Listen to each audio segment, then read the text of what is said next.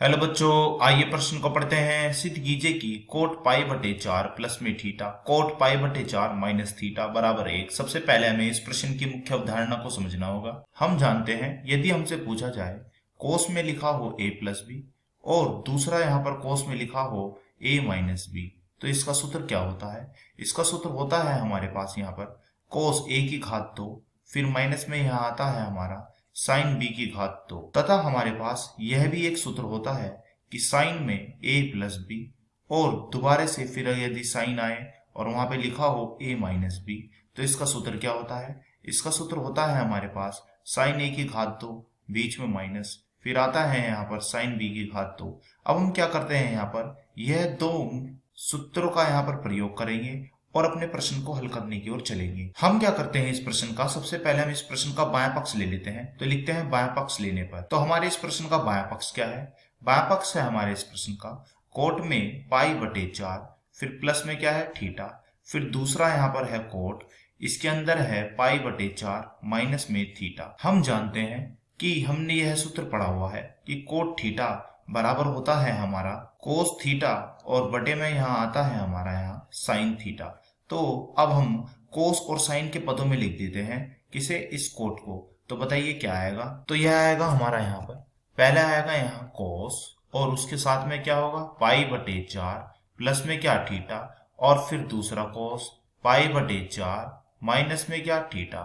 पर अब इसके नीचे क्या आ जाएगा? इसके नीचे आएगा साइन पाई बटे 4 प्लस में क्या थीटा, फिर इसके नीचे आएगा हमारा साइन पाई बटे 4 और माइनस में थीटा। अब हम क्या करते हैं, यहाँ पर वही सूत्र लगा देते हैं। इसे मान लेते हैं यह है हमारा a, यह है हमारा यहाँ पर b, तो कोस a प्लस बी फिर है कोस a माइनस बी। इसका सूत्र मैंने अपनी मुख्य अवधारणा में बताया था, यह सूत्र है हमारा पहले वाला। तो यह पहले वाला सूत्र लगा दीजिए। इस सूत्र का मान होता है कोस a की घात 2 माइनस साइन b की घात 2।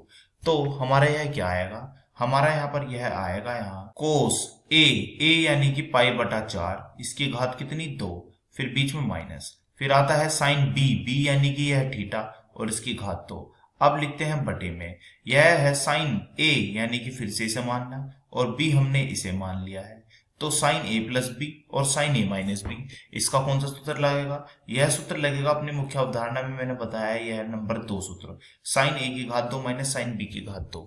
तो लगा दीजिए, तो यह क्या आ जाएगा? यह होगा साइन a यानी कि पाई बटा 4, घात कितनी करनी है 2, फिर क्या है माइनस, फिर क्या है यहाँ पर साइन थीटा यानी कि थीटा यहाँ b है तो उसकी घात कितनी हो गई 2।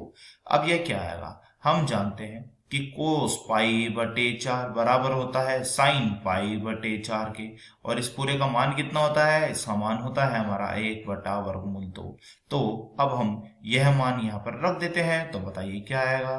तो यह आएगा हमारा 1 बटा वर्गमूल 2, उसकी घात कितनी 2, क्योंकि घात यहाँ पर भी हमारी कितनी है 2 है, फिर क्या है बीच में माइनस, फिर आएगा साइन थीटा की घात कितनी 2 बटे, यहाँ पर क्या हो जाएगा? तो साइन पाई बटा 4 की घात 2 यानी कि यह है 1 बटे वर्गमूल 2, इसकी घात कितनी 2, फिर माइनस, फिर है साइन थीटा, इसकी घात कितनी 2।